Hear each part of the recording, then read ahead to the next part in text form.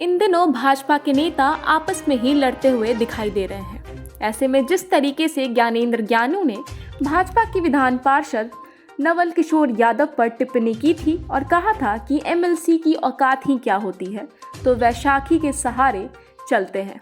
ऐसे में नवल किशोर यादव ने आज प्रेस कॉन्फ्रेंस कर करारा जवाब दिया है ज्ञानेंद्र ज्ञानू को। क्या कुछ कहा है ज्ञानेंद्र ज्ञानू की टिप्पणी पर नवल किशोर यादव ने, सुनिए उनका पूरा बयान। एजीटीवी ब्यूरो। वो मेरा चरित्र नहीं है।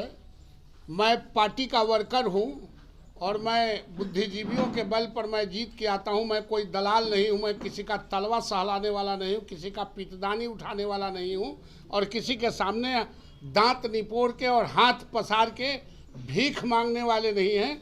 उनके पूरे कैरेक्टर को जानते हैं, उनको होशो हवास में रहने की ज़रूरत है। इसलिए ज्ञानू जी क्या कहते हैं, और ज्ञानू जी ऐसे ऐसे लोगों को, दलाल लोगों को नवल यादव नोटिस नहीं लेता और भारतीय जनता पार्टी भी नोटिस नहीं लेती। शराब माफिया से आपके नाम जोड़ने के बाद कह रहे हैं, बोला है कि शराब माफियाओं से आपके साठगांठ है। आपने जमीन कब्जा किया। मैं तो एक ऐसा आदमी हूं कि मैं आज तक जीवन में न मांस खाया, न अंडा खाया, न मछली खाया, न शराब पिया। शराब माफिया उनके कह देने से उच्चरित्र नहीं लिखते हैं कि कोई शराब माफिया हो जाएगा और उनके कहने से कि कोई ज़मीन दखल करता है। हमको अपना जो ज़मीन है वो 7 पुश्तों के लिए काफ़ी है। मैं कोई आनंदपुरी से आज जो यहाँ चोरी के गाड़ी पर घूम रहे हैं, मैं कोई चोरी के गाड़ी पर और किराएदार के रूप में रहने वाले आदमी आज जो लंबी लंबी बात कर रहे हैं, उनके यहाँ से लेके पूरे घर तक का मैं इतिहास जानता हूँ। और उन्होंने एक बात और कही है कि आनंद सिंह ने मुझे खदेड़ा है।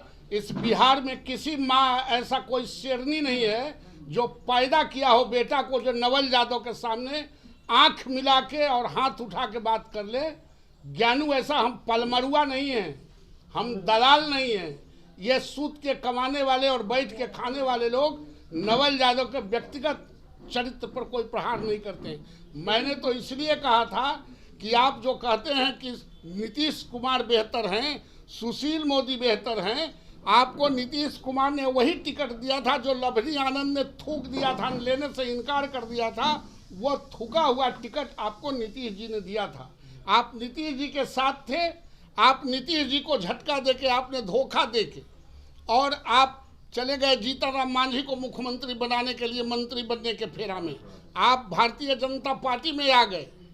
नवल यादव को कोई यह नहीं कह सकता है, लेकिन फिर भी न आपको नीतीश जी ने मंत्री बनाया न किसी ने मंत्री बनाया। चूंकि नीतीश जी भी जानते थे कि आप विश्वासघाती हैं, आपका पेट में दर्द है, आप हल्के लोग हैं, आप दलाली करने वाले लोग हैं और कोई भी सरकार दलालों को मंत्री नहीं बनाता है, वह स्वच्छंद आदमी को बनाता है। नीतीश जी ने क्यों नहीं बना दिया था आपको?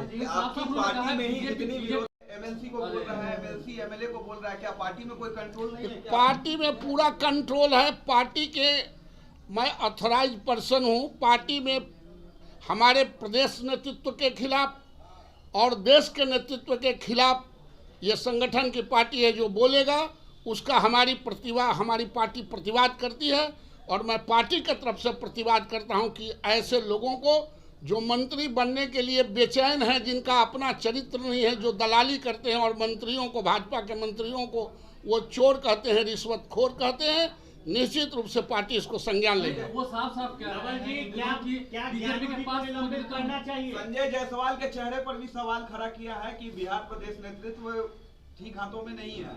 संजय जायसवाल से बेहतर कोई हो नहीं सकता है। संजय जायसवाल जी सक्षम आदमी हैं और पार्टी को बेहतर तरीके से चलाया है। जनता के प्रति, पार्टी के प्रति, संगठन के प्रति और नेतृत्व के प्रति इतना सक्षम है कि असल में दिक्कत ज्ञानू जी को यह है कि ये पार्टी संगठन का है।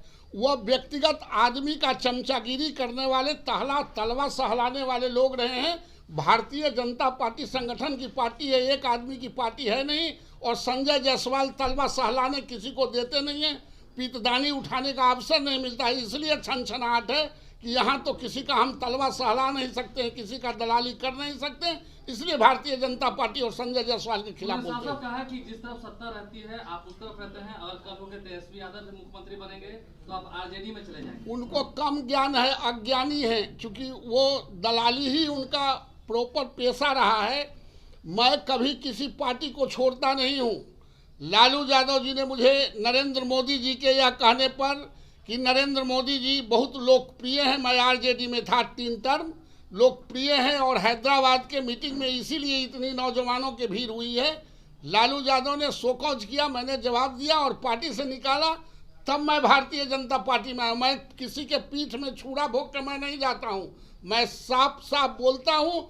उस दिन भी नरेंद्र मोदी जी के बारे में साफ साफ बोला था और इस देश का पहला विधायक हम थे जिसको पार्टी से निलंबित किया गया था और मैंने नरेंद्र मोदी जी के नेतृत्व में हमने स्वीकार किया था। भारतीय पास वोट नहीं है, भारतीय जनता पार्टी के पास वोट है ना, ज्ञानू के वोट से। ज्ञानू को हैसियत है तो हम बाढ़ में खड़ा होते हैं, ऐसे दलालों को बाढ़ में भी हैसियत नहीं है जो हमारे सामने खड़ा हो सके।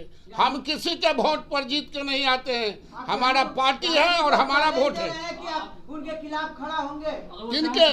ज्ञानू जी के सामने। अच्छा, हमारा दिन खराब हो गया कि हम दलालों के खिलाफ खड़ा होंगे?